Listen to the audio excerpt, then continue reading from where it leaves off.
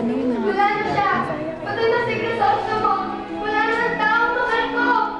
Ngunit, Kahit siya para ng mahal ko, hindi ko mahal si Alfonso. Hindi ako magpapakasal sa kanya. ngunit, Hindi tutuloy na kayo na magpapakasal sa amin dalawa. Magpapakamatay ako. patawarin mo ako, Ian. Nalaman na lang ako. Ngunit,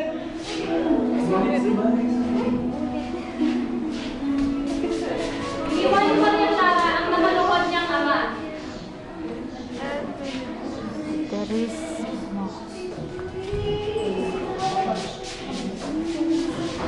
Diyos ko, ito na po ba ang parusa sa lahat ng aking nagawang kasalanan? Mapiling si Maria Clara, kaya nagpanahon niyang mag-una. Hindi na nalaunat namatay si Padre Damaso. Ah!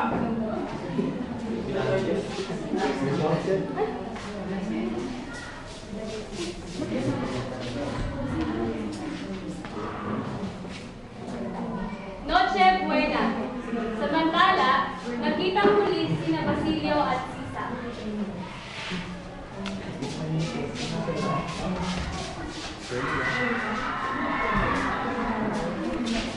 Nay?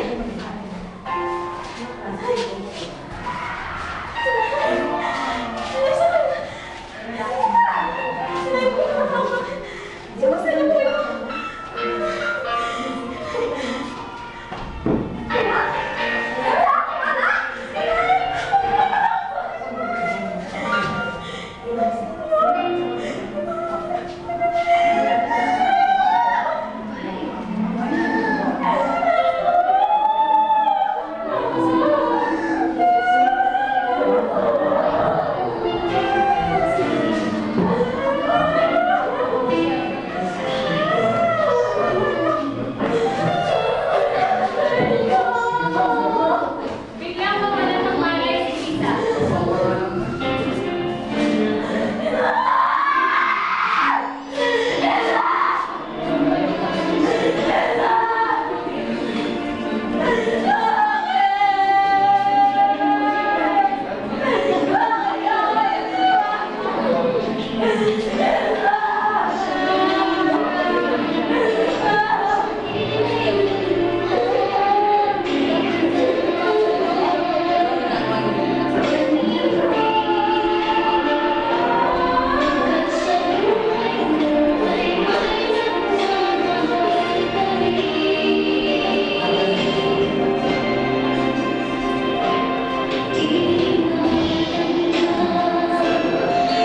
Kaya, hiningi ni Basilio na isama ang kanyang katawan sa pagsulong at hukayin ang lupa upang makita niya ang nagagamitin niya sa kanyang kinabukasan.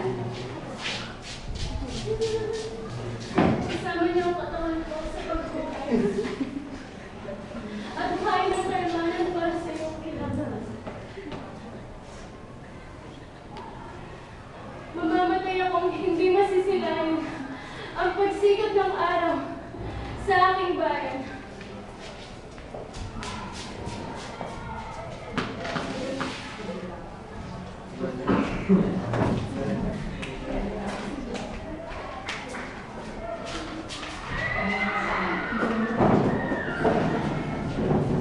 Pagkalipas ng 13 taon ay bumalik sa Pilipinas si Juan Crisostomo Ibarra. Siya ay nagbalat kayong isang mayamang mag-aalahas na Amerikano na kilala sa bansag na Sinyol. Noche Buena. Na, siyempre na lang ibig na wala. Labs akong nangungulila sa iyo. Nang siya ay aalis na, Ibala? Ako nga ito, Basilio. ang unang nakapatid sa Videoin mo ng Sinyol ay wifi. si Basilio, ang pinakamalapit ng matapos sa pagkamanggagawa. Nasa bag. Ipinagtapat ni Sinyol ang kanyang tunay na layunin.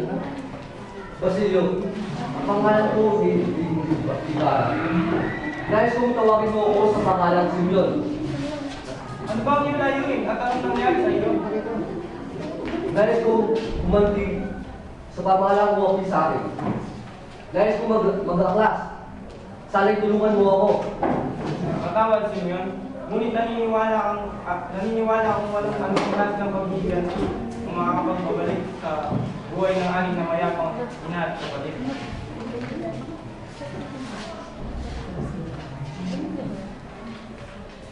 Basilio, tulungan mo akong mag-aklas. Ha? Gusto kong palayanin natin si Maria Clara. Ngunit kaibigan, namatay na ang iyong aking na. Ha?